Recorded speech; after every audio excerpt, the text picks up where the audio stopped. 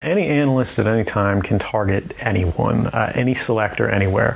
Where those communications will be picked up depends on the range of the sensor networks and the authorities that analyst is empowered with. But I, sitting at my desk, certainly had the authorities to wiretap anyone, from you or your accountant to a federal judge to even the president if I had a personal email.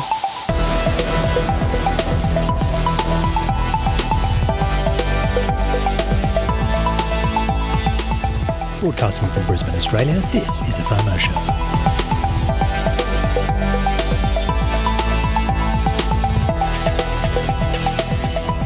I'm Matt. And I'm Joe.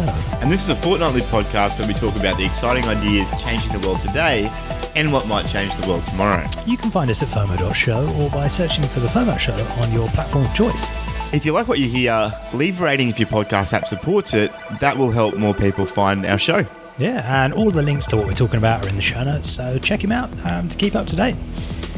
So this episode we're going to be talking about how we govern ourselves and make laws in the digital age. So we're going to get at our crystal ball a little bit, look at how we could better build relationships and build governance between people using technology in the future. Mm-hmm. And we're probably going to take an optimistic view and then maybe a bit more of a dark view as well. Look at the two different sides of technology and how they could work. So that should be really interesting. In our privacy and security section, we're covering Riot IM, which is sort of like a decentralized Slack alternative. Yeah. It's the hope will be is that it will be kind of a one-stop shop for voice communication, chat communication, integration with a whole bunch of apps that is completely decentralized, can be end-to-end encrypted, private, and hosted on your own server if you want. So it's really interesting. We'll chat more about that then. And we're just going to go through the last fortnight's worth of news. So what have you been up to, mate? Mate, I've been working hard. I've finally got internet back.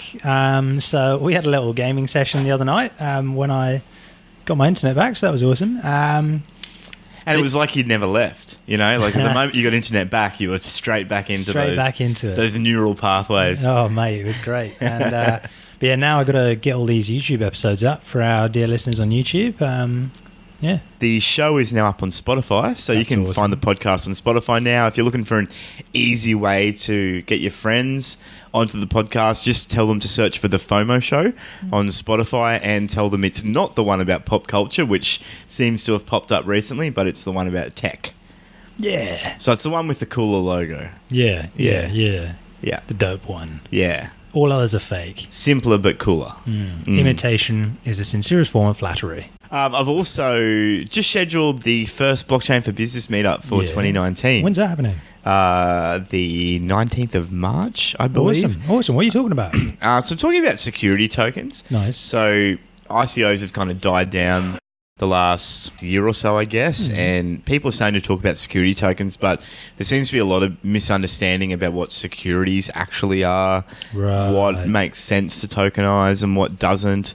And some of the trade-offs you have to make if you're going to do a company fundraise by issuing to a broader public market. So we're going to cover some of that stuff. We're going to bust a few myths, educate people on how companies are actually allowed to fundraise, and then hopefully people will be able to walk away with a bit more of an idea of what STOs are and when they might be a good idea and when they mightn't be. Awesome. Well, I'm signed up. Really excited for it. And yeah, I'm looking forward to that. Cool. As an aside, stepping back, what have I been up to? I also went to the blockchain. No, I didn't go to that. I also went to Brisbane's VR meetup, which was really cool. You were tweeting out some cool videos from it. Yeah, so essentially it was held down at this VR arcade, which is down in the Valley in Brisbane. It's just a long building with maybe like 5 different spaces for VR setups. Yep. Really cool. They were showcasing a bunch of different projects that were being built from right here in Brisbane. So that was really cool. There was one of the spaces where for VR had a plank on it, and people were sort of walking in virtual reality along a plank that was like 60 floors up. Cool. It was called, was it Super Punchy Golf or Mega Punchy Golf? Yep. Someone made a sort of like a mini golf, but for you punch the golf ball. Right. And another one that's being built, which is in progress at the moment, from a guy that hopefully we're going to meet up with soon, Chris. He's building this space shooter. Looks incredible, and hopefully we'll be able to get him on the show at some point. Mate, yeah, no, it looked unreal. I was hoping to get along, didn't get along, but it's no secret that we are very enthusiastic about VR. So, yeah, I'll get along to the next one. Hopefully we might even try and cover it a little bit more on socials and share a bit more about the projects and what they're doing. But, yeah, just awesome that there's so many interesting projects that are going on right here in Brisbane. Bit of disclosure, this podcast is not investment or any other type of advice. We're not saying you should buy anything at all. So full disclosure, we're both personally invested in different shares, funds, cryptocurrencies, some of which we talk about on this show. But if we talk about an investment product, it doesn't mean you should buy it. So do your research, never invest more than you can afford to lose, and most of all, avoid the fear of missing out. If you're new around here and new to blockchain and cryptocurrency, you can check out our Blockchain Basics series. It starts from episode 2 and continues until episode 8. It'll give you some grounding in the fundamentals and help you understand what on earth we're talking about. All right, let's move on to the news. So first bit of news, global cryptocurrency trading volumes have jumped to 300-day highs. Yeah, so this was on the 19th of February, so probably a couple of weeks ago now. But yeah, the total volume of all crypto trading, as tracked by CoinMarketCap, hit a 300-day high of $33.5 billion, the most in 10 months. You saw like a lot more activity in chat channels, and subreddits, and everyone's like, the bear market's over. Yeah. What do you reckon? Yeah, look, it's hard to know, isn't it? Because you see conflicting reports every day. It may just be that more people are selling. Maybe more people are getting out. Because the trend has been downwards and it hasn't really stopped being downwards. So, yeah, I don't know. But look, at least more people are participating. Which is good. Next piece of news coming out of the IEEE Spectrum. Services available through Google's BigQuery platform make it easy to find out what's in a blockchain. So you can search and analyze blockchain transactions. And yeah, they've got full data sets from the 8 most active blockchain networks. Bitcoin, Bitcoin Cash, Ethereum, Ethereum Classic, Zcash, Dash, Litecoin, and Dogecoin. Not as active as EOS. No, so it's a lie, but I mean, they're pretty close. Yeah. So yeah, it just means data scientists and other such people who are interested can track the blockchain.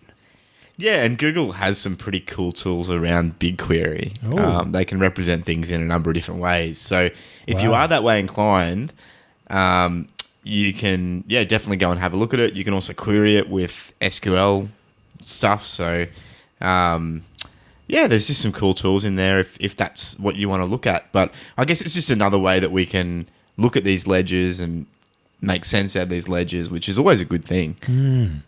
Cool. So next bit, Jeremy Epstein, who's the CEO of a blockchain marketing company called Never Stop Marketing, has been monitoring a number of ways that people are able to put blockchain nodes in their homes. So yeah, one of the trends he's watching is called crypto in a box. So low-cost, pre-packaged, plug-and-play blockchain node devices that you can just buy and use at home without having to be some form of nuclear scientist to use it. Yeah, and just for those that aren't aware, a blockchain node is essentially just a computer that hosts an entire ledger of a blockchain. So, for example, if you were going to start a Bitcoin node, that little computer that you hosted on would host the entire ledger. So everyone's transactions from 2009 to now 2019, and it would be able to have more transactions sent to it to validate them and to also have a very small chance at getting a mining reward as well. So it's essentially a way that you can host the entire ledger yourself. That's what a node is. Awesome. And they help secure the network. Cool. So yeah, the three devices. Crypto in a box is the first one for passionate believers. So this is an example of this is the Casa node, relatively cheap, about $300, and with a bit of effort, he says you can support the growth of the Lightning Network and the future of Bitcoin, as in BTC Bitcoin. Bitcoin is Bitcoin. Yeah, and I've got a friend who actually bought a Casa node just recently and set it up a couple of weekends ago and said it was quite easy to set up. The documentation is getting better and better for it. And yeah, it didn't cost him that much. He ordered it, it came, and it was relatively painless. So a lot of the pre-configuration was already done, and it was more just about then connecting it up to the network and syncing everything and making sure everything worked. But yeah, the only reason you would get one of those is just so you can have it and potentially set up a small little network of, you know, channels and validators and that kind of stuff. But you're not going to be getting mining rewards or anything like that from a Casa node. Right. The second type is just for faster developer on-ramping. So, yeah, he's given an example of that. But basically, just to get developers who are intrigued by a project but don't want to spend hours configuring their own before they start building and testing apps. So the third one is for home consumers, and that's to get a little bit more return on investment on what they're putting in. And an early example he gave of that is something called CoinMine. Now, CoinMine is a device that's essentially plug and play and allows you to mine on networks like Ethereum, Monero, and Zcash. You pick the one you want to mine and you can move between them with an app on your phone. So it's meant to take a lot of the pain out of setting up these mining operations and give you something that just really works out of the box. So it's an interesting sign of what's to come. Next bit of news, a major US retailer has ditched Visa and is now considering Bitcoin's Lightning Network as an alternative. So yeah, US retail giant Kroger is no longer accepting Visa credit cards as it at its chain of Smith's food and drug stores. So yeah, Anthony Pompliano tweeted an offer to hook him up with Bitcoin's Lightning Network. So it all started on Friday when Kroger announced the move to no longer accept Visa credit cards, citing excessive fees. And we covered this a couple of weeks ago, that Visa, MasterCard have both been raising their fees by quite a lot in the last couple of years. The Smith's chain comprises of 134 food and drug stores in the United States across 7 states and employs approximately 20,000 staff. So it's not a small operation. Yeah, their CFO actually said that Visa has been misusing its position and charging retailers excessive fees. And not only that, obviously, yeah, they're putting their fees up as well just to process payments. Yeah, so they've said that they're going to look for an alternative. And this Pompliano guy tweeted out that he would fly to meet them and get them hooked up with the Lightning Network nationwide. And Kroger Digital tweeted a response and has set up a conversation. So we'll see what happens with that. Yeah. Next bit. There have been 6 crazy details released from Alphabet's leaked plans for its first smart city. So Alphabet, the parent company of Google, have a subsidiary called Sidewalk Labs. Now, they're looking at developing smart city technology and some of the ideas of the future. So I think we discussed this in our smart cities episode, which was a long time ago now. But yeah, there have now been some leaks. They've been building some stuff in Toronto in a certain section of the city there. And yeah, there are some really interesting things that have come out of that. First one being, it's made of timber. They're planning on building 12 towers in the quayside, some up to 30 stories tall, 3,000 units of housing, loads of jobs. But notably, they're built from timber. Wow, okay. As opposed to concrete and steel, which a lot of things are built from these days. Second thing is it's modular. So they're suggesting that architecturally, all of these buildings will be modular. So essentially like the biggest Lego kit you've ever seen. And that includes the prefab timber beams in their buildings and hexagonal pavement that can be swapped in and out easily when necessarily. So no need to just bring someone in and do a patch job on repairing. You just lift it out, lift another one in. Which makes a lot of sense. Next bit, it's high tech and it's green. Solar power, geothermal heat, fiber optic plugs, wireless 5G internet for everyone, smart curbs that sense the presence of vehicles and promise to ease traffic as a result. Composting and recycling is enabled through a smart waste user interface to divert 80% of total waste from the landfill. Yeah, so according to the company, all data generated by all that infrastructure will then be scrubbed of identifying information and made publicly accessible. As opposed to now. Well, I mean, this is coming from Google. That's. I wonder if it'll be scrubbed before they look at all the data. Anyway, moving on. It's going to have a subterranean level run by robots. So rather than fill the streets with garbage trucks and delivery drivers, Sidewalk Labs proposes that a network of underground tunnels handle the transport of all the last mile services. That includes creating robots that will collect and manage waste and freight deliveries. From what that these people can tell, the tunnels may also be used for pizza delivery in the future too. And that isn't actually that crazy. There are several theme parks now around the world that do this. They have a whole bunch of underground tunnels that all the staff use to get around and deliver supplies to different kiosks, because I mean, if you're in a theme park, being in a theme park for a lot of the time is all about immersion. Yeah. So you don't really want to be seeing people taking deliveries all around the place. Yeah. And so, some of the newer ones actually have these subterranean levels that all their staff move through. Huh. So it's not a new concept, but to see it done on a city new level. cities that are being built in the future, I guess, are going to be really making use of those sorts of ideas. Yeah, well, it kind of goes to what Elon Musk says as well, about the fact that there's not a lot of room above the ground, but there's a lot of room underneath the ground.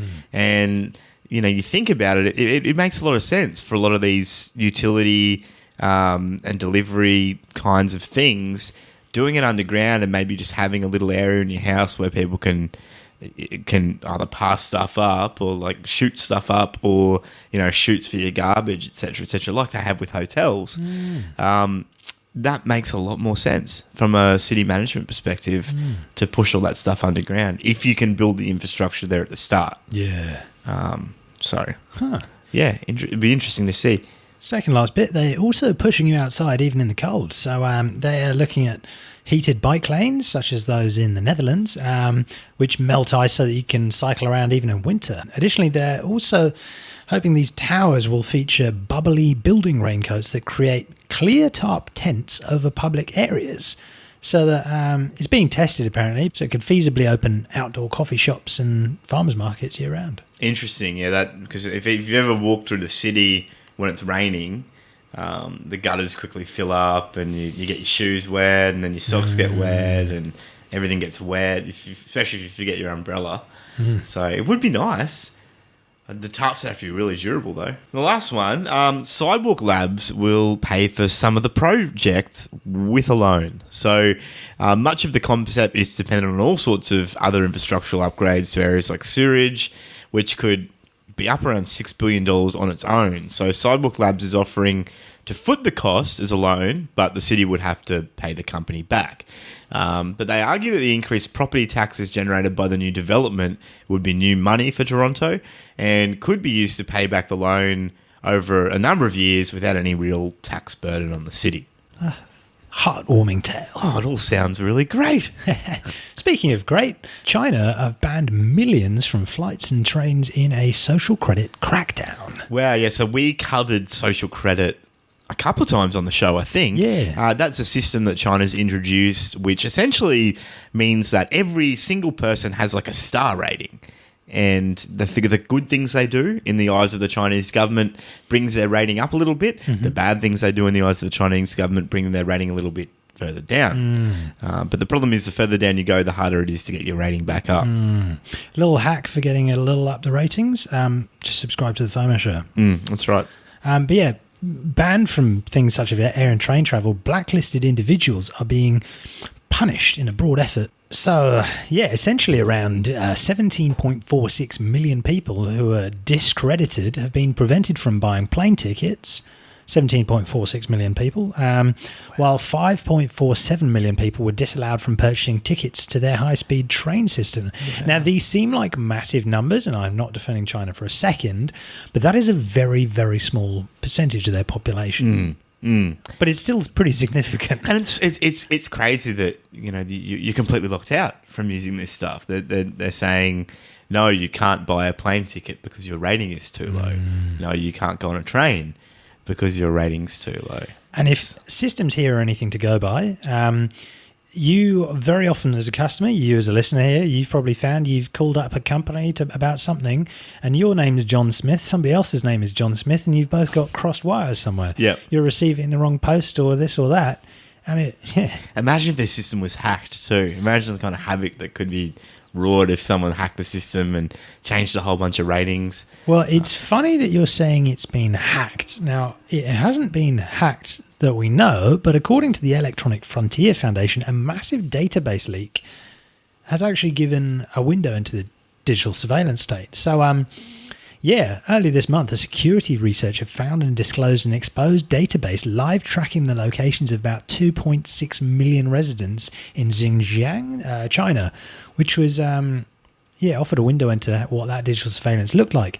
Xinjiang, I don't know how to pronounce it, China's largest province and home to the Uyghurs. Uyghurs, how do you pronounce that? Oh, I'm not sure. Which is the Uyghurs, Turkic minority that's been persecuted for quite a while there. Yeah. Now, so it's essentially they've implemented a testbed police state where a lot of the people from these minority groups are either surveilled or even arbitrarily detained in a lot of cases. And although a lot of news doesn't really get out of this province, they're actually been tracking facial recognition, tracking alert systems, and requiring that people give over their biometric data, so like their DNA samples, voice samples, fingerprints, all to the government for the purposes of this system. And there's been a bit of evidence in the news in the last few months over mass detention centres these new surveillance systems that they've been pouring billions into. But this security leak is actually quite interesting. So this security research discovered an insecure MongoDB database filled with records. Yeah, so that was tracking location and personal information of all these people, 2.6 million of them. These records included national ID numbers, ethnicity, nationality, phone number, date of birth, home address, employer, and photos. And over a period of 24 hours, 6.7 million individual GPS coordinates were streamed to and collected by the database, which linked individuals to various public camera streams and identification checkpoints associated with location tags such as hotel, mosque, and police station. And they were all located within this province, Xinjiang. Now, the database is owned by a company called SenseNets, which is a private AI company which advertises facial recognition and crowd analysis technologies. So they've obviously been contracted by the government to do this work. But yeah, a couple of days earlier, there was actually another report of a second open database which tracked the movement of millions of cars and pedestrians. And it actually was tracking and kind of analysing violations like jaywalking, speeding, going through red light. That would generally trigger the taking of a photo and ping an IPI and essentially try and tie it directly to an identity. So a fine could be issued. So, the EFF article says that, while China may have a working surveillance program, it's a shockingly insecure security state. Anyone with an internet connection has access to this honeypot of information. They've also found evidence that these servers were previously accessed by other known global entities, such as a Bitcoin ransomware actor who'd left behind entries in the database. And to top it off, the server was actually vulnerable to several known exploits. According to a Chinese cybersecurity firm, at least 468 MongoDB servers have been exposed to the public internet after this security researcher started reporting them. So, Wow. Nuclear power group, GPS coordinates of bike rentals. Very interesting. And we'll probably talk about this a bit further when we go to discuss governance and law of the future. But there is some suspicion that China's big push into blockchain technology is kind of an extension of this effort to track, trace, record all sorts of different information about their citizens and make it as permanent as they possibly can. The blockchain never forgets. That's exactly right. So, next bit of news. Autonomous trains could talk to each other soon for cooperative cruise control. Yeah, so it's a new cruise control algorithm that could help trains use the track more efficiently without crashing. So in Japan, the world's fastest train can reach nail-biting speeds of up to 602 k's an hour, covering an entire kilometre in 6 seconds. So while it's a pretty cool means of travel, two trains crashing at these speeds would be pretty bad. So engineers are hoping to further increase efficiency while maintaining safety by allowing trains to sense one another and work under a cooperative cruise control framework, similar to adaptive cruise control approaches which are being explored for like fleets of vehicles like big trucks. So traditionally trains run on a fixed block system. So railway lines divided into segments called blocks. No two trains are allowed in a single block, and any two trains are separated by at least one empty block. While this approach limits the chances of a collision, it also means huge sections of railway are going unused. Yeah, so said the control approach we propose works much like formation flight of a large flock of birds, where each bird most likely communicates only with the neighbouring birds within its sensing range. And simulations have suggested that their approach can increase the amount of rail track that's used among multiple trains and avoid overcompression or extension of couplers within a single train. So down the road, your commute may not only involve autonomous vehicles, but also high-speed trains that have a mind of their own. Seen a good few movies about that. So.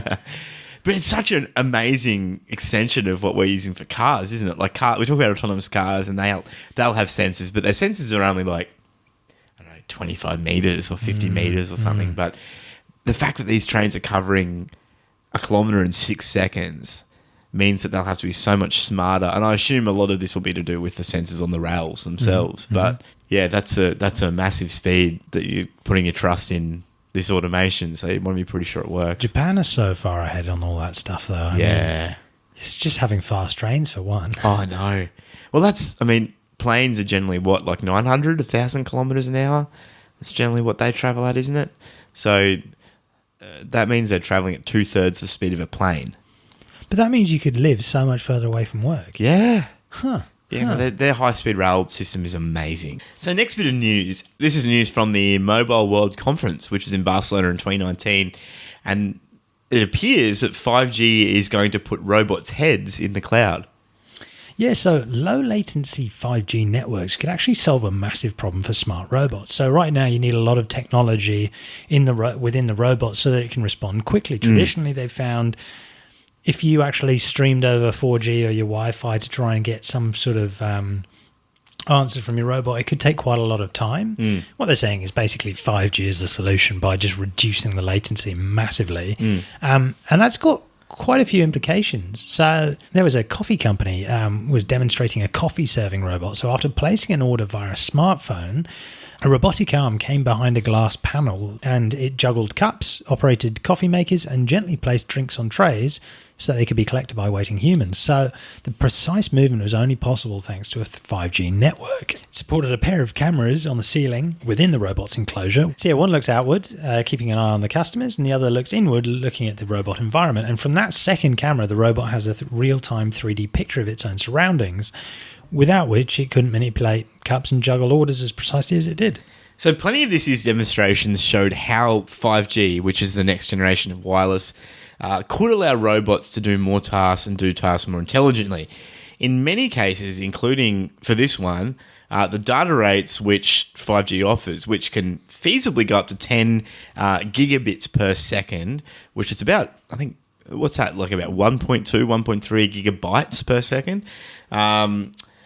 It'll allow robots to transfer wirelessly a huge amount of data, which is involved in having video surveil things and have machines learn different processes.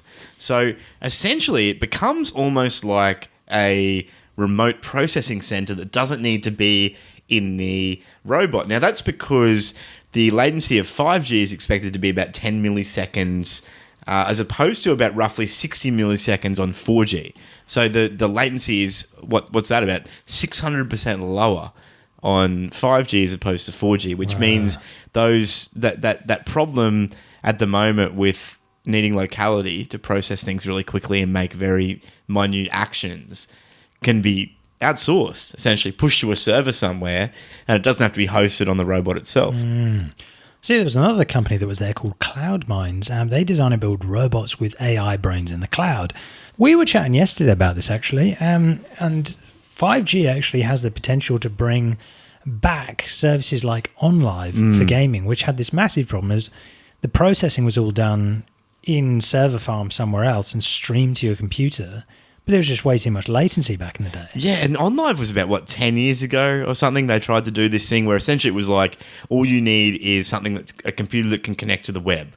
We will do all the video processing for you. We'll do all the CPU work for you. You just need an internet that's good enough to bring in the stream of what's happening. There were two problems with that. First of all, your internet had to be good enough to bring in the stream of what was happening, which 10 years ago was even less likely than it is today, although it's still not incredibly likely for a lot of people. But you also had to have latency that was good enough to not notice when, so let's say you're in a first-person shooter and you push the forward button and move your mouse, it would have to be quick enough that when you push that forward button and move the mouse, that happens pretty much instantly at the server level and beams it back to you pretty much instantly. And that wasn't there 10 years ago. It's not really there now, and they're saying that 5G may solve this problem. And so that was a big issue for OnLive. They were essentially visionaries that were probably 10 years too early. And Google are looking at this now. So Google have got a game streaming service, I believe, that's in alpha. Yeah, that's through Chrome, isn't it? Yeah, and they've got like a number of alpha testers, and from the sounds of it, it sounds like it's going well. It's all running on Linux too, which is another interesting thing. Shameless plug. But it could mean that in 5 years, 10 years time, you may not need a video card, a CPU, RAM. You might just need a pretty middle of the range computer that has a good internet connection, and all the game processing could be done somewhere else. Cool. It's awesome. 5G. Cool tool. Very quick one. Coin360. It shows the top cryptocurrencies by market capitalization organized by a consensus algorithm. It's pretty cool. It just takes up the available space and shows in sort of like a tree diagram. So you get a visualization of the entire market cap, and then you can mouse over things and you can see the graphs and all the different stats, the trading volume, the platform that it runs on. So like that consensus algorithm that it runs. That's pretty cool. Cool. Yeah, Coin360. Check it out. We'll put the link in the show notes. Wherever you're joining us from, it's a pleasure having you here. Why not drop into our Telegram channel and say hello? You can find that at fomo.show/telegram. In this week's privacy and security section, we're talking about Riot IM. Now, you sent me some excited messages about this last week. Tell us a bit about what it is. Yeah, so Riot IM is... look, the first thing to say is it's a front end for what's called the Matrix protocol. And it's probably worth talking a little bit about the Matrix protocol before we talk about Riot. So the Matrix protocol is an open source collaboration protocol that's been developed by a number of different devs. And Riot essentially just dresses it up really fancy and makes it look nice. So if you ever used Slack before, and we initially had our FOMO show communications on Slack before we moved over to Telegram. Slack is like a collaboration tool for businesses and projects and a number of other things. And I've seen some open source projects announcing that they're moving over from Slack or Telegram to Riot. And I didn't think much of it, but then KDE, which is a big desktop environment in the Linux world, announced that they were moving everything that they do over to Riot. And the cool thing about that is that they said, while we're moving over to this, you can still continue to use Slack, which is what they were using beforehand, or with some other projects they've said you can still continue to use Telegram or IRC, but it will all integrate and pull into this Matrix protocol. Wow. And that's kind of what they're developing it for. They're developing it to be like a centralized program or repository for all your different chat applications. So, and they achieve this through bridges. So you can have like a Slack bridge, and the channel you bridge it with, you'll be able to still see all the communication going on in there, and anything posted in your Riot chat will go back to that Slack as well. But the benefit of having it on the Riot channel or the Matrix channel is that you can host it yourself. You can run everything, even if you're not hosting the actual server yourself. You can set up instances on someone else's server, and it can be all end-to-end encrypted. It can be completely private, shut off from the world, and only you can hold the keys. And you essentially just have complete control over it, and you can integrate a bunch of stuff. That sounds really cool. Yeah, so a few features of Riot, we'll run through the list. So the first one is you can make as many rooms or channels as you want. Like we said, you've got the ability to make bridges to many platforms. And you can also have really good backup logging and persistence as well, because data is really cheap and you can host this yourself. So you can share, upload and download files with friends, colleagues, and forget about them. As files, conversations are timestamped, decentralized. There is the remotest possibility of the channels and rooms you're going in ever going down. Yeah, and if it ever does go down, you can always have a home server as like an additional backup, essentially, which it'll default back to if the thing goes wrong. It's really quite modular too. The beauty about Matrix is that there's all these new bridges that are coming out. People are making them, and you can even make them yourself. So you can backport these things quite easily. The protocol itself too is being done in a number of languages, so there's generally support for a lot of the different proprietary apps that companies are using, so you can start to integrate with them. End-to-end encryption as well. It's been audited by a very big security company, and each user and their device actually has a separate hash key. So tampering and identity theft is a lot harder, and you can kind of verify maybe a device that has been compromised, and you can shut it down. And the big thing too is that voice and video calling is actually integrated into the client itself already. Wow. So I've seen people using this like a Discord. So if you ever use Discord, you will feel quite at home using Riot because it feels a lot like Discord. And the great thing about the voice and video calling is that it's all peer-to-peer. So you're not porting it through someone's proprietary servers. You may connect through that server, and there may be some data that goes there, but that data will be encrypted. And you don't have to worry about, like with Discord, someone being able to see everything and hear everything and view everything. So really, really powerful protocol. Riot is just a really beautiful way of representing it all. I've played around with it myself. Currently trying to set up a FOMO show version on Riot, like a little FOMO show community on it. Yeah, so you managed to set up a few channels for different things. I see you've pulled the podcast feed in there. So there's all sorts of widgets you can pull into different chat channels, and we've got the podcast feed and a little RSS bot as well that'll report whenever we put a new episode up. So yeah, look, if you're into privacy and security, I heard someone say that if they had have this back when, who was the reporter that Edward Snowden was corresponding with? Oh, Glenn Greenwald? Or? Yeah, Glenn Greenwald. If Glenn Greenwald and Edward Snowden hadn't have had this back then, they could have set up a network for the different news people, set them all up with their own IDs, and it would have all been end-to-end encrypted. It would have been quite robust. They could have had voice comms, video comms, without any risk of anyone eavesdropping on this stuff. So, and that was, from what the Matrix guys have said, that was kind of their inspiration for beginning in the first place. They wanted it to be as private and secure as possible. So yeah, check out Riot, check out Matrix. You can install Riot on nearly everything. It's got a web version as well.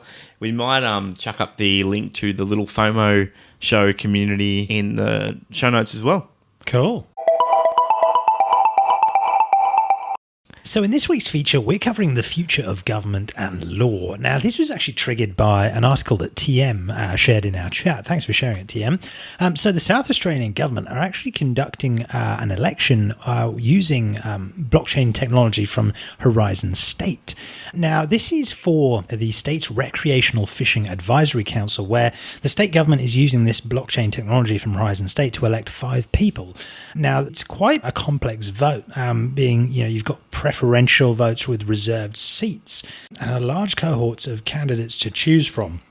Yeah, so 45 candidates have been nominated for the election, and they are opening the blockchain voting only a couple of days ago. South Australia's Premier, Stephen Marshall, says he wants South Australia to be the blockchain capital of the country. They've Horizon State, I believe, is based in South Australia, isn't it? Or Perth, one of the two. Right. Yeah, it might be South Australia. Oh, yeah, because Perth's Western Australia, isn't it? Yeah. Why would you be in South? What is in South Australia? Is that Adelaide? Yeah, Adelaide. Right. Yeah, so there's a big river. Cool. It's pretty dry down there. Worth going to? Yeah, apparently Adelaide's amazing. I've never been there, but they love their sport down there too. Right. So there's like some big sporting events. I found that they like their sport in quite a few places around this country. Yeah, actually, look, saying they like their sport's not really helping because they also like their sport. Yeah. Oh, cool. Sport and beer. Well, So in October last year, Mickey, the news site, revealed that South Australia had received federal government support for the development of a blockchain hive within a massive innovation hub. So that's being built at the site of an old hospital in their state capital. Yeah, and look, it's not the first thing that Horizon State have done. They've made inroads in India as well. The Democratic Party of India announced that we use Horizon State's blockchain technology to consult Indian citizens before determining its policy positions. And in New Zealand, the Opportunity Party used Horizon State's blockchain voting system to conduct a leadership election in December. So yeah, we reached out to see if we could see what it looked like to end users, and we've got a link to an unlisted video on YouTube. Don't know if we can share this with you, so we're going to share it with you anyway. And it's what the voting system looks like to end users. So for voting for things like that. Now, this wasn't for this specific phishing vote, but shows you how their system is built. Now, there are a lot of small things that you've got to get right with it, whether it's, a vote on a scale of 1 to 10, or if it's a multitude of different things. So, who's your number 1 candidate, and then if not, who's your number 2 and number 3 candidates, and then things like that. You can cast your votes and add comments and things like that, which looks quite interesting. Now, we'd be really interested to see what the Horizon State Block Explorer is, because Matt was saying, where can we explore the blocks? Where can we see the data for the votes? Because that would be really interesting to a number of researchers and onlookers. Yeah, because at the moment, this video anyway, and we haven't really been able to find anything else that tells us either. We can only see people casting their votes. We can't see what the system looks like on the back end. We can't see a live update of the different votes that are going on and how that's tied to blocks. And so while this video is cool because it just looks like a web app, and it's kind of hard to see where it's doing anything different than, say, change.org or Google Forms or whatever, where you run surveys. So, if we could see the back end on this stuff, that'd be really good, because we could kind of then see, yes, it's being hashed to this block, and that's now permanently there, and if someone wants to change it, then it corresponds to this smart contract, etc., etc. But I guess I can see sort of what how they're looking to go with this web interfaces for voting. Yep. Now, assuming there's going to be some sort of block explorer on the back end with this, but getting it so that parties can actually set up their own questions and star ratings and scales or things like that, and being able to set that up themselves, because I'm guessing right now Horizon State will have to set it up, but hopefully I'm guessing they're working on self-service stuff. I haven't really explored their roadmap too far, but it's a really cool project of where things might be going. Yeah, and so that got us thinking. This is just voting, and voting's quite a little microcosm, but we started wondering, well, how will we actually govern ourselves in the future? Because a lot of the hype around this blockchain stuff back a couple of years ago was that we'll be able to decentralize money. And then when smart contracts kind of rose above what they were capable in Bitcoin, we started saying, well, now we're going to be able to decentralize other things and use money as the conduit to do that. And we thought it might be worth, since we've also highlighted Riot IM, which is like communications, which is another thing that has typically been a bit more centralized with postal services and now mobile phones and all that kind of stuff. We thought it might be good to look at, how will we govern ourselves in the future? Will how we interact with each other change as technology changes? Will there be new ways for us to do business and build relationships with each other? And what might that look like? And what might some of the consequences be? So we're going to try for the optimistic approach here first, and then we'll cover some of the more Black Mirror stuff. So if payment is going digital and borderless, it sort of makes sense that people will start making agreements that can be enforced in new ways. Now, the biggest example, you've used this before plenty of times, is smart contracts. So when people are comfortable using a blockchain, if that's Bitcoin or something else to do business, you can start to make a lot of the terms self-enforcing. You still have some that won't be self-enforcing though, and that's when you need a jurisdiction. So at the moment, we use a jurisdiction to enforce nearly everything. Contracts are not self-enforcing at all. They're just written on a piece of paper. But even if we can make some terms self-enforcing through code, so programmable code that deals with money, that's generally going to only be for the more simple things, at least to begin with, and we'll still need somewhere to go. But what if you're in different countries? Or what if you're in a team that's spread out all around the world? Yeah, and even more so, what if you're like a decentralized autonomous organization or something, and you're not based in any one jurisdiction at all? So, I mean, choosing a jurisdiction is going to be pretty hard. I mean, you see in terms and conditions at the moment, the company has written the T's and C's are saying, look, this contract is, you by agreeing to the Facebook terms and conditions, say that if you want to sue us, you have to sue us in a court of law in California, which means I have to go and find some bloke with a law degree in and who's passed the bar in California, and get him to do some kind of seance for me. The art of going in front of the court and paying court fees to do nonsense. So choosing a jurisdiction is going to be hard because at the moment, companies kind of choose those jurisdictions for us, but that's because they have to. And it's because we still live in this world where we're connected internationally, but we govern ourselves based on land formations and what certain people say about those land formations. And we all agree that those land formations give a central authority in that land formation authority over everything. But as money kind of detaches from that, and we have money that isn't attached to any one land formation, it makes sense that we will also start detaching some other things that go with that money, especially if it's smart contracts with that money. So I think much like the way that companies take on certain responsibilities now, like for example, you look at private security forces where people don't want to deal with the police, like in Mexico, for example, a lot of rich people essentially hire their own police, but they say, you work for us. Or the company says, we work for you, and this is the way we work, and this is why we're better than the police, and people are prepared to pay for that instead of police.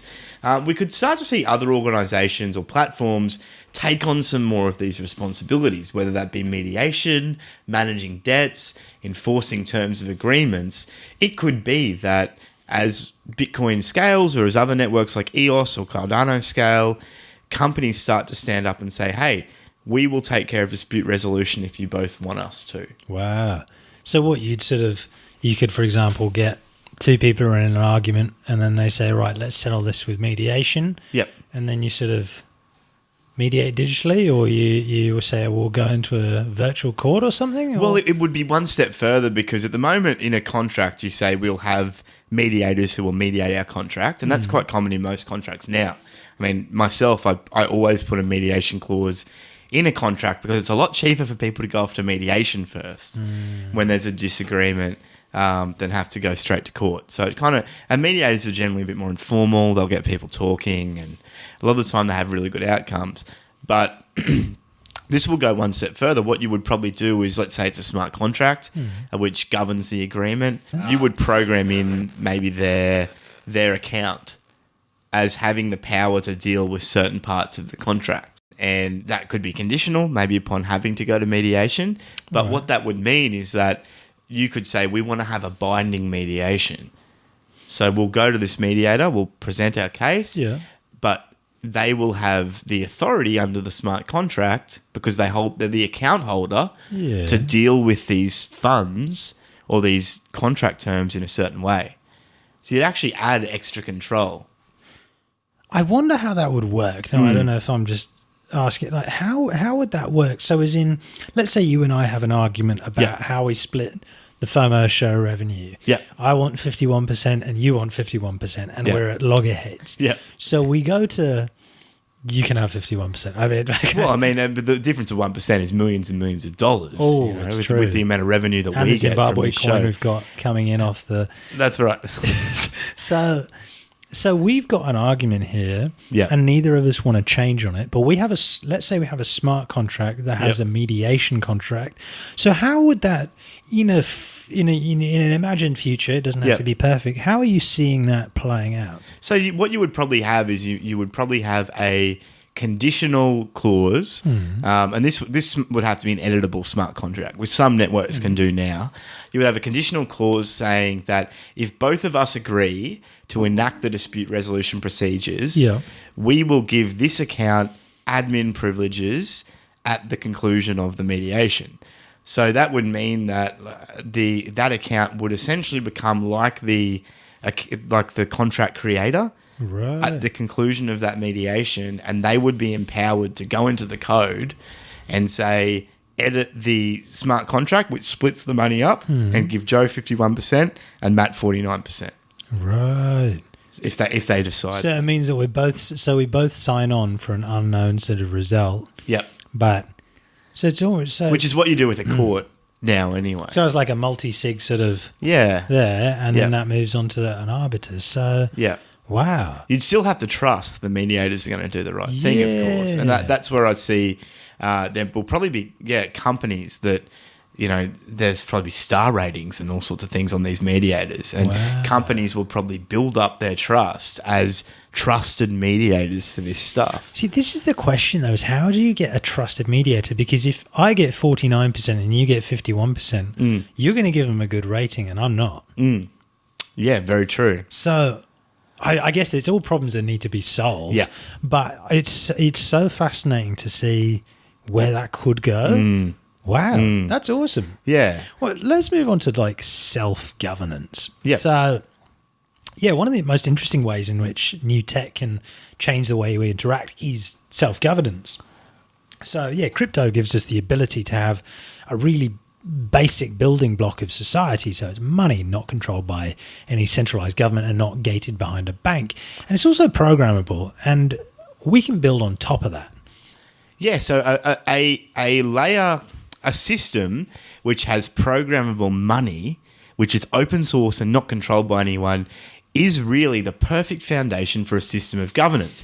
And that's because money really is the grease or the oil that greases the cogs of our entire society. If you boil it all down, the most basic, essential, fundamental thing to any working society or any working modern society is a unit of exchange. You've got to have some way to exchange, like what we talked about a couple of weeks ago, your crystallized life force, your crystallized effort, your money, to someone else in exchange for something. And once you've got that, then you can begin to build things on top of it. Until now, most of that money is being controlled by central governments. They control the issuance. They give money to whoever they want to first before inflation hits. And it's really been gated in the hands of a few. But if you can open that up and have a unit of exchange that's not controlled by anyone and it's in the hands of the many, and then that's also digital and you can program on top of it, that means that you can essentially build all sorts of systems that interact with money at the coalface, which is the perfect foundation for a system of governance. Yeah, I see what you mean. So what does that mean? So it means that you could, feasibly, and let's just talk hypotheticals here, you could have for example, a village of people or an online collection of users, like a gaming clan or something, and they can all agree that they will govern something that they're doing through a framework built with crypto underpinning it. So we could build a FOMO show organization, and we could say that we are going to fundraise for upgrades to certain bits of equipment for the FOMO show. But we are going to let users decide what bits of equipment get updated, and then those bits of equipment are going to be paid with by crypto. That would be us coming together, agreeing that we're going to govern our little community by those rules, and those rules will be used to decide which bits of equipment we use. So everyone could give money and then vote, once every 6 months for a new piece of equipment that we buy, and make sure that money goes to the correct account to pay for that thing. But you could push that out further. You could be a small African village somewhere, and you could say that, well, we want our own open unit of exchange. We want our own system. We're going to need our own little governance system that uses that. And if the technology is mature enough, you could feasibly have not only the unit of exchange, but also the mechanisms for voting, like Horizon State, which we saw, the mechanisms for electing people, the mechanisms for setting up little businesses and registering companies and all sorts of things on that platform, because that's where the money is. So these pop-up communities could be, there are so many tools out there that could make these, there's so many, they're uncensorable self-hosted tools. You talked about Riot IM earlier. You've got Signal, you've got Nextcloud, you've got a bunch of different open source tools that you could actually use to your advantage. And you could even build on top of existing systems.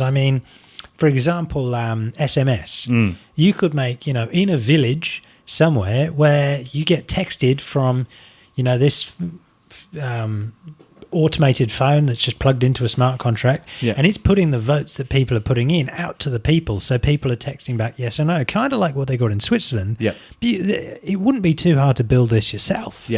and start just putting these systems in place. So there's a bunch of tools that are out there that can be super useful. So where's an example of where people are already self-governing in that sort of way? I think one of the really interesting things that people don't even think to look at much is actually Reddit. So I'm a big Reddit user. I think you are as well, and a number of people we know are.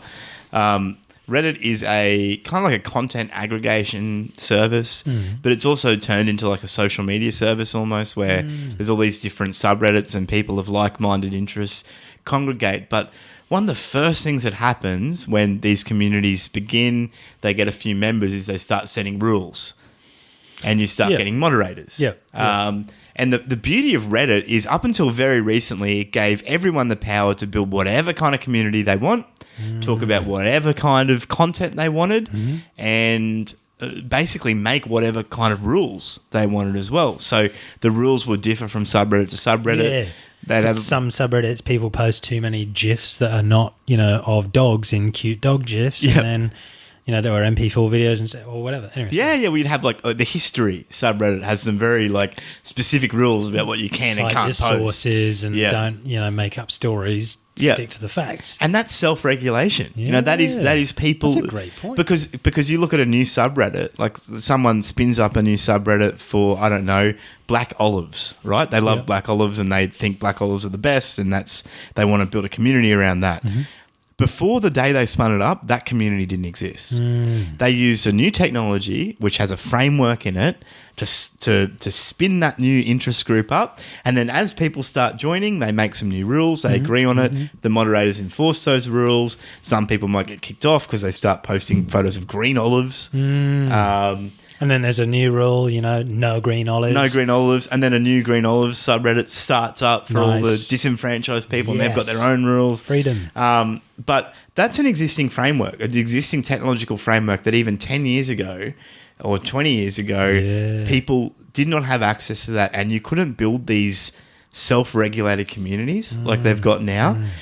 You see this as well with gaming clans is another very similar one. They're all very unique. They've all got their own rules, but people spend more time in those a lot of the time than they do in the quote-unquote government of their particular land-based country.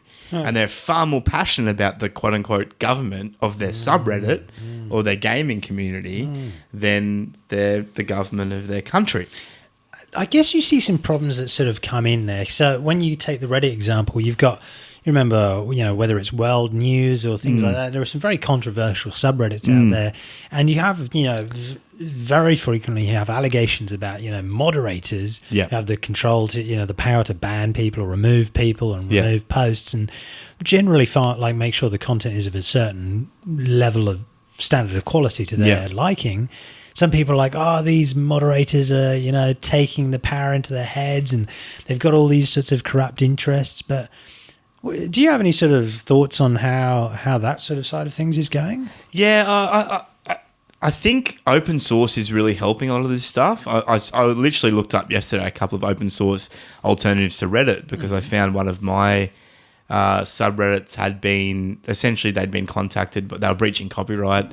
They'd been contacted by this company so the company contacted Reddit itself, and Reddit itself had contacted this subreddit and said, you need to stop, you need to take everything down. So they've now set up like a mirror, which is like a free open source mirror to Reddit to put all this content up, which is, infringing copyright in America or whatever. And so I think that's probably going to help as time goes on. People are going to start moving away from these proprietary technologies because open source has caught up. We saw with Riot, which we covered earlier, you can have a Discord or Slack-like experience with completely free software, completely open, hosted yourself, a lot more private and secure than any of those other things now. That's happening, and it's happening in a lot of other areas too. Open source is kind of catching up, and so I think we'll start seeing that. People will migrate away from the proprietary stuff, go further towards the open source stuff. Now, that solves the platform issue and the ownership issue, but it doesn't solve the governance issue. And I doubt we're ever going to solve the governance issue, quite frankly. Like, I think anyone that tells you that we can completely decentralize, have completely no rules, is just telling complete lies, for to be honest, because you get 3 humans together and you'll start agreeing on rules on something, or just the appropriate form of something. Like, people need to set boundaries. They always will. And you'll see that even, let's say we haven't a libertarian or probably more anarchist paradise, as you'd say, where there are no rules at all. I can guarantee you what would start happening is that someone would hurt or kill someone else, and then people would start saying, okay, we need to organise into groups, and we need to agree that within our group these things are unacceptable, and we're going to enforce these rules via this way. That will just automatically happen. And yes, there may be no overarching central authority, but people will always set up mechanisms by which they govern themselves. So a lot of it, I think, is just taking away as much of the outside influence as you possibly can, or the proprietary interest, and just letting people set up their own things for themselves, free of any impediments. I think that's the way that things are trending in that. I mean, do you have any thoughts? Mate, I was just thinking about, as an aside, there's one thing I absolutely love about America is some of those founding ideals. Now, they're completely gone now, obviously, and there's no such sort of... it's lucky that there are some people who are still fighting for a few of them, but I mean, when you've got the idea that, you know, there are these things that are not sort of rights that are given to you from the government, but actual rights that you inherently have. Inalienable. That's the one, inalienable rights. That was actually such a big point, because I was listening to a podcast about it the other day, and it was part of a 7-hour podcast, real intense. It's taken me about a month to listen through. What podcast was that? It's the Peace Revolution podcast. It's from years back. Okay. Really interesting. It goes into a lot of like alternate history. This is one on privacy and surveillance. Yep. But yeah, just talking about that sort of the unalienable rights that nobody is allowed to tread on. Yeah. I just think it's such a great point. You know, the fact that you're saying, first and foremost, you have that. Yep. Nothing can touch it. Yep. It's so cool. Yeah. And the founding of America is a really interesting thing to look at, because they did everything they possibly could to make it so that there would be not a central government. Yeah. Like, they were you can literally look at them quoting, like, you can literally look at quotes from them saying, we are doing this so it will be almost impossible for a central, you know, gargantuan government to set itself up. And they were saying, because they were saying, look, it's all about having people who are actively watching the government. Yeah. And these people are armed. Yeah. Who, if they see that the government is getting out of line, they say, no, we've got to put you back into your place. Yeah.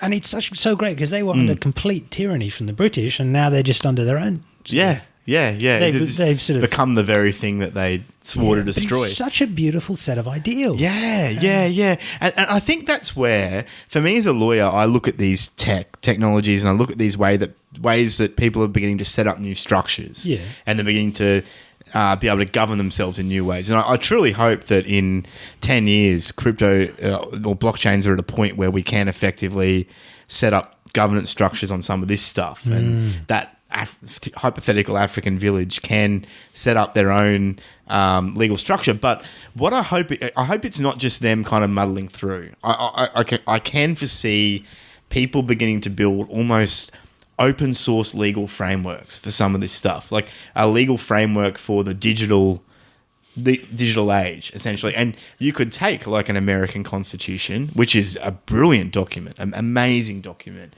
and you could say, okay, this is going to be a part of our repository of our legal framework. It's going to be like the founding document. And here's some other things, and you essentially create some other modules. You might have like a company module and a criminal law module, and, you know, all these different things. And you could have replaceable rules and bits and pieces you can put in. And then for that hypothetical African village that wants to set up their own little governance system free from the centralized government, they could essentially just go on that, almost like a GitHub repository. Maybe it's called GitLaw or Law Hub or whatever, and just fork it. Yeah. And just say, okay, we'll fork it. It's open source. Here's a great framework for this stuff. It has some hooks for smart contracts if you want to hook them in and all blah, blah, blah, whatever. Or hooks to Riot IM or whatever else. And we like this stuff, but we don't really like this stuff. So we're gonna customize that. We're gonna write our own. Actually, we might fork this and then also fork this other framework over here, which has these other things we like. That's such a great idea. We'll combine the two. We'll pull them together, and this will govern our own little village here. Or same with an online community.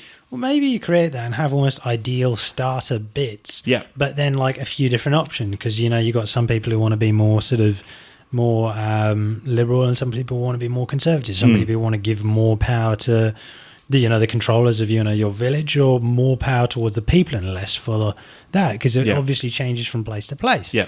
But that's such a fascinating idea, and I'd love to see that, and especially what you're saying about having those hooks into technological things, because a smart contract is only so good, but it's not very different from an actual contract unless it's got inputs and things it can measure. So say when the temperature gets lower than this degrees, the law is you have to offer housing to this, or you have to put your car into a garage, or whatever it is, and there need to be measurements for certain bits of that. So I guess the question is, what inputs can we get in? Basically anything from that has an API plugged into it. Yeah. But then how do we, which APIs can we plug into smart contracts? Yeah. Yeah. Or the government, you could literally have a legal system where any new commits you just have it like a GitHub repository, where the country's law is literally in a repository, not the country, or the community's law, like whether it be an online community or a physical community, and any changes that are made to that law have to reach a certain level of approval before they can be pushed to the repository. Or if you are going to change the constitution, you have to take that to a referendum, and that something like a Horizon State, that you plug that technology in and you say, unless you validate that at least 50% of registered voters have voted for this amendment to the Constitution code, don't allow the commit. Don't allow it to become. It just stays as an open request. Then you bump into it. There's real world problems, obviously, that you bump into there as well. Like, if you turn up for a referendum that has to have 50% turnout, but you disagree with what it wants, then by turning out, blah, blah, blah. But still, that's such a great, such a, carry on. Well, it's just, and look, we're talking hypothetically in a hypothetical place where a country won't come and bang down your door because you've set up a government, an illegal government, essentially. But I mean, you see it already where people self-govern within existing countries. Like there's, some people just choose to work within, Sharia courts, for example, in the UK, which is perfectly legal there. Yep. And as long as it's not hurting anyone else, and as long as you're not breaching anything, we've seen in the last 20 years with technology that people are well able to set up their own rules to regulate themselves in certain areas. So it's not outside the realm of possibility. As a random question extra on that, now I'm not a legal expert, and you are far more of an expert than I am on these things. So what I hear is that in our system of law, at least in the UK and Australia and maybe America as well, you have the laws, but then you have case law. Now, how would you see that sort of, because, and case law being what? Court cases that have happened that sort of twist the interpretation or add to the clarify. They clarify a law. Right. Yeah. So like a judgment that highlights a specific part that was... Yeah, look, I think one of the worst parts of our system is that we even have what's called case law. Right. I think it's lazy law, to be honest. And not to say the judges don't work hard. They work. They're incredibly overworked. They work very hard. But what should happen, at least in my view, whenever a judgment is made that does clarify or make law, certain law or something, that should be added as a little, almost like a little. Those little plus boxes, you click on it and it expands. That should almost be like a little expanding bit in the legislation, which kind of someone, be it a judge or a judge's clerk or whoever, once a decision is made, has to write in there and say, this section has been clarified to mean this in these circumstances, bam, bam, bam, bam, bam. So does that mean, in the sense of smart contracts, not smart contracts, but having laws within decentralized autonomous organizations, you almost need some kind of ambiguity flag where you can click a flag and say, this is ambiguous. And almost... or a way of sort of detecting that something that's been written is not specific enough. Or because users will need to come and say, hold on a second. There are glaring loopholes in. We need to clarify this. So it's almost like laws need to have conversations around them in little sub-threads. Yeah, definitely. And I mean, there will always be some form of ambiguity in any law. But I think it's about when a decision is made on it, it needs to be readily accessible and available. The problem with case law at the moment is most lawyers struggle to find what case law actually says on all this stuff, because there are so many cases. The cases are so big, you have to have access to very expensive legal repositories to be able to search them with any kind of efficiency. So you've got all this quote-unquote law sitting in behind paywalls and, in hard-to-access databases. And Australia's, to be frank, one of the better countries out of any country that you can kind of get access to all this stuff. But still, like, you'll read through 200-300 pages worth of judgments, and at the end of it, you'll go, okay, I kind of get it. But then you'll read 3 other judgments and they'll say 3 other different things and they'll all quote each other, So I think whenever it's clarified, a better way in the future would be to make sure that it all ends up in the same spot, and it all ends up in the same repository. Like a centralized... Centralization's not bad, though. I mean, that's having everything in one place. It's centralized. I mean, Bitcoin is centralized in the sense that the ledger is kept in one place. It's just that the hosting of the ledger is decentralized, so it's censorship resistant. One thing that is spread out. I know. But it doesn't even have to be smart contracts. That's the thing. Like, this tech, if it does its job, tech's all just about making your life easier and more efficient. And it could just as easily be something like a GitHub we could get into the weeds here, but GitHub really is a blockchain anyway, if you really want to talk about it. But GitHub is time-stamped. It has different versions. You can see the entire history. Forks. Commits are made by registered users. It's forked. It's a time-stamped database. And that's all blockchain is. If you aren't a developer, just pretend we said something phenomenal. Mate, so let's look at voting. So, I mean, it's the core of any democratic society. Horizon State are one sort of voting platform, but feasibly there could be some other models too. One big problem that we do have is many of these are going to require ID technologies to prevent voter fraud and double voting and things like this. But it's sort of a fascinating area. I mean, you've got a bunch of different technologies out there. I mean, we talked about Estonia have their sort of citizen stuff. Now, the Swiss system doesn't use blockchain for voting yet, but I mean, they're working on.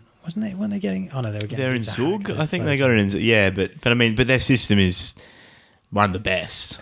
There's a bunch of voting systems that people are building and built into many of these blockchains now. Like for example, EOS. There's voting that's built into that. But what are your sort of thoughts on the voting side of things? Yeah, look, I think it's definitely essential if you're going to have some kind of governance in a decentralized, open manner. And there's a couple of things you really need with voting. The first thing is ID. So you're going to have a way to identify people and tie their ID to some entitlement to vote and make sure people can't vote twice. Similar to the way that in Bitcoin, you make sure that people can't double spend. They shouldn't be able to double vote. That's where something, like a time-stamped public-private key database makes sense. And the other thing is, too, you need a way to have those votes publicly available and distribute the voting ledger so that no one entity or party hosts it. and they're all validating with each other, So people need to see that their vote is, and validate that their vote has sort of mattered. Yeah, and not censored at all. And I think that's what some of these voting platforms are missing. I think if you really want to have a platform that people can have confidence in, they need to be able to host a quote-unquote voting node themselves. You need to make it so that everyone can host that ledger, sync that ledger in their own, spin it up on a Raspberry Pi if they want. Because if it's just hosted on government servers, or if it's just hosted on one company's servers, what's the point? Like you've just created another potentially censorable, potentially hackable, potentially corruptible database. So it needs to be open. It needs to be owned by the people. I think they're the two things you really need: ID and ownership by the people. ID is an issue because how do you validate ID? Who do you trust to validate the ID? They trust what? Yep. Yeah, and generally those IDs will come with an account. That account will come with a password, which creates a huge threat vulnerability. How those accounts are issued is another vulnerability. There's all sorts of things that need to be sorted out with that part. But for a good voting system, I think you need that stuff. And voting, people have been trying to fix this for a very long time. I think there seem to have been a lot of interesting solutions. I saw a TED Talk, which was really interesting years back. It was of a different paper way of voting so that you could actually validate your vote. Yeah. Really, really interesting. It was some sort of, almost like you put your vote down, but then you had a QR code that you could rip off half of it. And it was a really interesting system in that you could the way that they said it made perfect logical sense in that you could validate votes, but... Yeah, at the same time, who's issuing the voting? That's right. It's very, very tricky. Yeah. So yeah, voting it's not perfect by any means, but really, really seeing it get better is exciting. So we've talked a lot about the future, but companies now are using tech to make the interaction with existing laws better. So just for an example, and this is one that I've been dealing with recently myself, the Corporations Act here in Australia and ASIC, who are kind of like the SEC, they handle all the company stuff in Australia. If you want to, let's say, change shareholders in your company or make a new company or other things, there's a bunch of forms that you need to fill out. You need to notify ASIC of certain things, and there's a lot of regulatory hassle with a number of issues. And companies are working on this to try and make it easier. And one of the ways that companies are trying to do this is trying to help startups particularly interact with the law better. And one company that's doing this is called Cake Equity. And they're one I came across recently. And they're really interesting because they're using tech to interact with existing structures and make, for example, notifying ASIC of shareholding changes easier. And filing, essentially having like drop-down menus and web forms to fill in that make a lot of sense. And then they take those responses, turn them into forms, send them off for you. Manage investor cap tables and all sorts of different things. And I thought it was really interesting. And we'll put the link to their site in the show notes because it showed how even with our existing clunky legal framework, some of these companies are doing a lot of effort to make interacting with that stuff even easier and using tech to help companies kind of almost like how PayPal helped with the banks. Help companies manage all that stuff without a whole bunch of the hassle of the administrative work, I guess. So if you're somebody who's struggling to find some ideas on how to make your next big business project, just look at some things that are really annoying you recently. If you've just moved house, you probably signed a contract. You don't know, you've probably got it in your emails somewhere, possibly. How do you know what your what do you call it? How do you know what your responsibilities are? Or forms that you've had to fill out recently that you had to fill out in some kind of forsaken PDF format and then print out and fax to someone. You don't even have a fax machine. Just look at things like that and be like, can I make this easier? Yeah. Yeah. Because please, someone fix my rental agreement. That was horrible.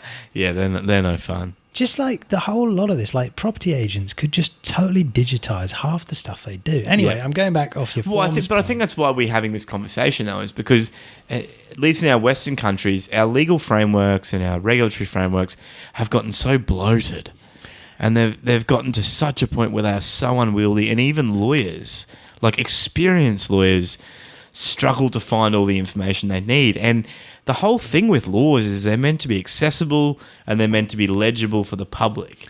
There's an expectation that you should know all the laws. Police will tell you this all the time.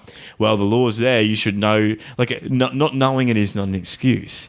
But when you open up the homepage of the legislation, big legislation homepage of Australia, and you see that there's thousands of acts and a bunch of bills amending each of those acts getting passed every week. You haven't got enough life to live to read them all. And some of them are 2,000, 3,000 pages long.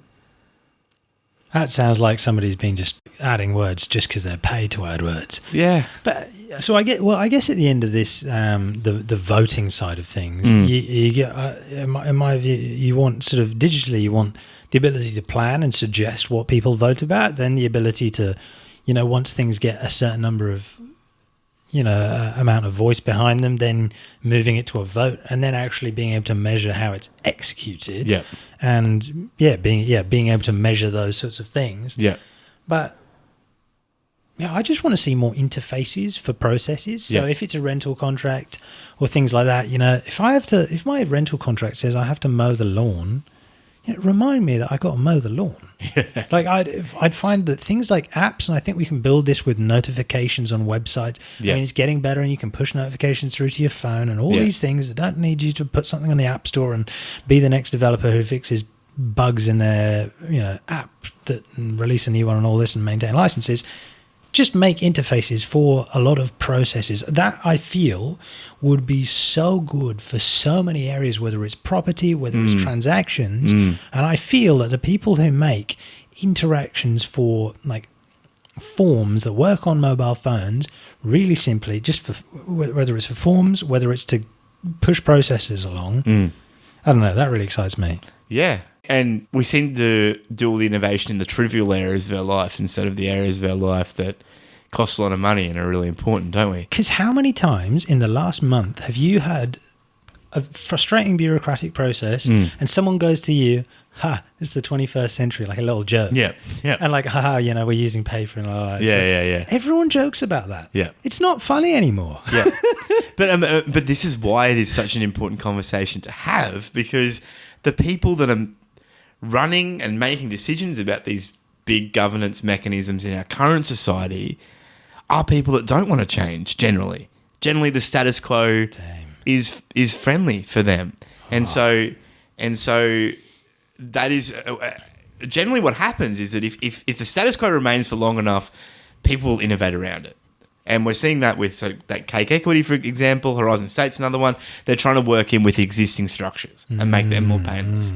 But things like Reddit and forums and communities and even stuff like GitHub for different. I saw a GitHub on the AA bill recently, and some people had taken some of my articles and chucked some of the stuff in there, which was awesome. Wow! I was like, this is so good. Like, someone's putting together a repository that people can essentially add pseudo legal advice to help everyone out. It was great. Wow! People innovate around this stuff. And while, things like Reddit and these other little communities might seem innocent and quaint right now, they're the precursor to potentially something bigger, which is people saying, let's take what you're doing and innovate around it. Let's build some new structures that make this far easier for us to manage. Let's maybe even take our jurisdictions digital and start doing agreements without a jurisdiction, but in a digital jurisdiction almost, with its own laws. And because we're not registered in your country, you've got no jurisdiction over us, etc., etc. That's why we're having these conversations, because the people that should be innovating the most, because it's the most important stuff with our life, it's all about the status quo, But at the end of the day, the people who keep innovating, it's like you switching to Linux. Yeah. Linux just gets better and better and better and better. And then suddenly you're like, oh, I'm flipping. Yeah. Yeah. Anyway. Choice. So, as much as there's a good side to this, where are you seeing some negatives in this? Not voting, but in this whole governance and law blockchain side of things. I think the biggest one is China. We've reported on China going to blockchain in a number of episodes. we generally try and spin this as a positive. Sometimes we kind of show the negative side of it as well. But blockchain technology and other technologies like it, so linked databases that use timestamps and hashes and all that kind of stuff, they mean that things are permanent, that they can be tracked, that you can see exactly what went on, and there's very little way to change what went on previously. And that's great for money. That makes really good sense for money, and it makes sense for things like voting and a number of other things. But my suspicion is that the reason China is moving to embrace this type of technology so much is because it's also great for recording what your citizens do. It's also great for recording surveillance information and social credit ratings and people's use of money. And I suspect that when China saw Bitcoin and blockchain technology and the permanence and the way that it could, essentially make it so that data is immutable, there's no way to argue with it, they saw it as a great new way to build an incredibly strong, invasive, secure surveillance and control system.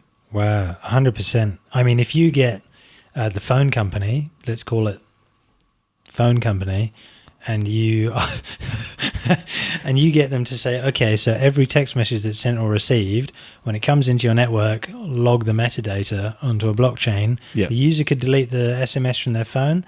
The police come up and search them. They don't see any messages on their phone. It doesn't matter because they've already... Yep. Like, there's no point Yep. actually having to go Yep. and search for the user for it and trust in the user. Yeah. Because they're just taking an imprint. Yeah. Yeah, exactly. And we say, oh, blockchain's expensive and it's hard to run. But if you've got one entity, the Chinese government, running the chain, in charge of all the data centers, they've got a whole bunch of money to spend on storage. They've got a whole bunch of money to spend on making sure it's as quick as possible. And they earn a percentage share in every Chinese company. That's exactly right. Get all the Alibaba storage you want. Yeah. And so that for me is one of the scary parts of this whole, government of the future, using tech to augment and sometimes change completely the way we govern ourselves. I guess because right now a lot of people are saying, they say this is a scare thing about social media. Just deleted Facebook permanently this time, by the way. But people say, the things that you're doing, they'll never they'll never be deleted, they'll never disappear. Yeah. And it's not actually true because they can sort of disappear in a way. Yeah. But as soon as everything is taken permanently, everything you do, say, or think, as soon as they've got, as soon as you're wearing headsets that do all this nonsense, will be used against you. Yeah. And you can't deny it. Yeah. Makes court processes way easier. Oh, definitely. And it can be sold too. That's the great thing. I mean, you can sell access to that kind of database, and you can have credit agencies have access to it, and health insurers have access, all that different thing. So yeah, it's not all roses with this stuff. And we always say, tech is great, but it's a double-edged sword. What can be used for great good can also be used for great evil. And it's, this blockchain stuff, this open source stuff. I saw a couple of weeks ago, Amazon took, I've forgotten who it was, but this project had been working on, I think it was Apache. No, it wasn't Apache. Apache's who it happened to last time. But it was MongoDB, actually. MongoDB had developed this great database tool, and they'd developed it over a number of years. And then Amazon said, awesome, great. Thanks so much for developing this open source tool. We're now going to fork it and call it Amazon Incredible Distributed Database or something technology. And we're going to sell it to our users for $5 a month or whatever. And MongoDB were like, well, but we did all the work. And they're like, it's open source. Your license doesn't prevent us from doing this, so we're going to do it. And look, Amazon will make a way better product, and it'll be great for their customers. But the founding message of that was open source is great, but it comes with some trade-offs. All this tech comes with trade-offs, and the other side of the coin to the good side. And ideas, in many ways, although we can trademark them, are still open source. We copy other ideas that are good from other countries, and Even the bad ones. Yeah, and China's been doing that for a long time. Yeah. You register a trademark here in Australia or patent something here, but it's not patented over there, and so it's open slather. It's fair game. And look, I mean, that's China, but I think this theme of tech controlling the citizenry and really kind of invading in on our lives from governments and other companies is just as relevant here in the West. It might not be as overt, but sometimes that's even scarier because it's kind of happening under the cover of darkness almost. And we saw that with the AA bill we covered recently, or the Patriot Act in the States or whatever else. These governments are saying, well, yeah, all this tech's great, but we now want you to use this technology to report back to us, to help us spy on people more, etc., etc. Smart cities is the same thing. We've talked about this before. There's a trade-off to having everything connected and to having data going everywhere, and that's that the people who have that data can use it however they want. It's true. I mean, I guess we're just being slowly conditioned with this learned helplessness that you get if you're a tortured dog in a cage. You just learn that there's nothing you can really do. But there is. I mean, that's why all this open source tech and all these other things that are coming out are great. Encryption has really changed the way we do everything. Yeah, I think 100%. Encryption has just Cat's out of the bag. Yeah, you can if you want to. You can hide everything you do behind encryption. And yes, that can be used for bad things. Privacy is one of those unalienable rights, isn't it? Yes. I guess it's just because we voluntarily give up that unalienable right online and with certain things. Well, no one told us not to. That was the problem. True. You know, I mean, we know now, but when it all first came out, we had no idea what we were giving away. And people still don't.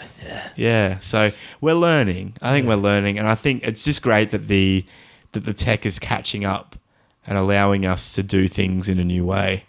And just, create some really interesting self-governance structures. So overall, I think the future's pretty positive. I'm pretty excited about a lot of that. I mean, if it's reducing bureaucracy, increasing transparency, and making things easier. Yeah. I mean, I hate looking through these things and working out what's going on. Just does it for you. Yeah. Yeah, so we'll put the links to the projects that we covered in the show notes, but let us know your thoughts. Jump on our Telegram. We'd more than love to continue this conversation on our Telegram and chat about some of the different ways that you think laws and government and governance will look like in the future, because it is such an important thing for us as a species, really. Yeah. Cool. So we haven't talked to Jordan in a couple of episodes. Yeah, it's been a while. Last time we checked in on him, he was in Venezuela, I think, doing some sort of, I think in his words, hush-hush, something. Doesn't seem to have really worked, whatever he's been doing. But, I mean, I think he's trying to create, popular revolution and all this stuff. Yeah. Anyway, so he's sorted out a time for us to chat to him, and now's that time. So let's give him a call and see what he's up to this time.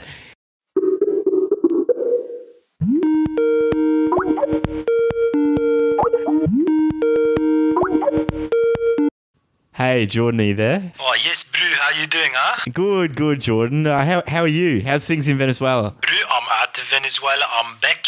I'm actually, I'm back. I've just dropped by Paris, I just thought I'd visit France, the city of love, but actually the city of great designers. Right. So have you been to Paris before, or is this your first time? Brew, first time I've seen it, it's beautiful. There's lovely food, there's snails, there's all kinds of, strange accents I can't understand, but you know what? It's beautiful, huh? Cool. Okay, so you just mentioned designers. What made you say it's a great city of designers? Oh, Brew, I mean, if you looked around here, everything is lovely, huh? All the architecture, the buildings, the people, there's so much attention to detail, and which is why I've actually decided I'm going to, try and move into a temporary little project into design, huh? Okay, design. All right, so what will you be designing, Jordan? Actually, I am designing a new pair of glasses, some spectacles for people to wear. I'm actually working with a major international spectacle company called Specsavers. I'm building some glasses called Satoshi's Vision. Satoshi's Vision. Bro, it's perfect. I mean, it's the way glasses were always meant to be. In fact, it might even be the original design of glasses. You've never seen it before. Everything else imitation. Okay, so what's so special about these Satoshi's Vision glasses then, Jordan? Nothing looks nicer than through these glasses. It's pristine. It's clear. The design is beautiful. It is exactly what glasses are supposed to be, huh? Right, okay, so do you think that all the other Specsavers glasses that they've been making have got the vision wrong then? Is that why you're making these glasses? So, Blue, I'm making these glasses to be just how glasses are supposed to be, huh? All of these glasses that are here at the moment, all of the lenses, all exactly the same size, huh? So what I've decided is every 2 months, the size of your lens doubles. So in 12 months, you look like Elton John at a party, huh? And in 24 months, you're up there with a blue whale. You will be a whale with Satoshi's Vision, huh? Wow, okay, Jordan. But I mean, most people only have 2 eyes, and their eyes are only a certain amount of size. So why would you need such big lenses on your glasses? Because this is the way glasses were always supposed to be, bro. You're either with us or you're an idiot, huh? Okay, and Jordan, some people's heads as well, just they can't only take a certain amount of weight on their ears. Does this not mean that only the big-eared people of society in the future will be able to wear these true Satoshi's Vision glasses? It just means if you're not thinking enough, you can't have a big enough head, which means you can't fit the glasses on, which means you're clearly too small-minded, huh? Right. Well, I guess we'll just have to wait and see how the glasses go. They are going to change the world. These will be the #1 spectacle brand in 10 years. Mark my words, huh? All right. Well, let's. I'm putting a reminder on my computer right now to remind me in 10 years. I hope you find some giants with some very big heads. Wow. Wow. That must be one of the strangest conversations I've ever had with Jordan. I don't know if he actually went to Venezuela. He must have gone to... I don't know if he's been in Colombia or definitely wrong country. It sounded very familiar though. This whole Satoshi's Vision and bigger lenses and big heads. He's a visionary. If you know someone who might enjoy this, please feel free to share it with them. You can find us at FOMO.show. You can jump on our Telegram at FOMO.show/Telegram. You can follow us on Twitter at _FOMO_show. And on YouTube at FOMO.show/YouTube. That's here for us at the FOMO Show. Thank you so much for joining us. If you like our show, please do feel free to subscribe in your podcast app of choice or via our YouTube channel. I'm Matt. And I'm Joe. And as always, remember, no FOMO.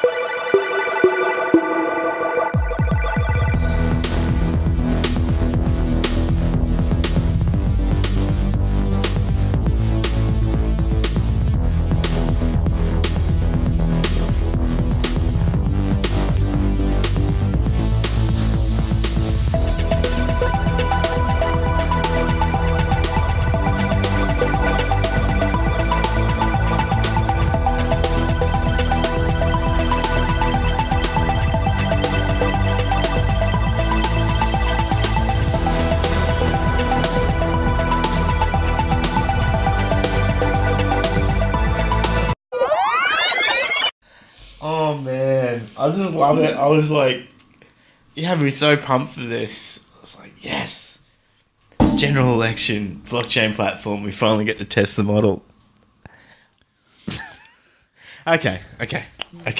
So, I'm going to be like a CNN journalist speaking to Hillary Clinton, okay? Covering Clinton. Fawning. Well, not fawning. Benefit of the doubt. With a lot of benefit and not much doubt. Hillary never did anything wrong. She's a saint. Lock him up. The Clinton Foundation is a legitimate organisation that helps people. In Haiti. Oh, what about just a little bit for the outtakes? 2 words. Building 7. This podcast has been censored by the FBI for your own protection. Reporting from Guantanamo, this is the FOMO show. Oh, we got a call coming in from Jordan. Are you so? Jordan, where you wouldn't believe it, but we're in jail now. Oh, bro, come get you, huh? I'm on a Somalian ship right now. I would bust you out. Okay. Take 37. beep. For this feature, we're talking about the future of government and law. So this is all triggered by an article that TM shared in our chat. We were doing so well. And in the town of Gilgandra, Bob generally is currently selling 2 for $5 on tomatoes this week and this week only. Gertrude from Erhard Street asks for the neighbours over in Piccadilly Street to stop hanging shoes on their power lines. Welcome aboard this FOMO Flight 39 from Brisbane. Calling all stops to... Oh wait, you don't call it stops if it's a flight, do you?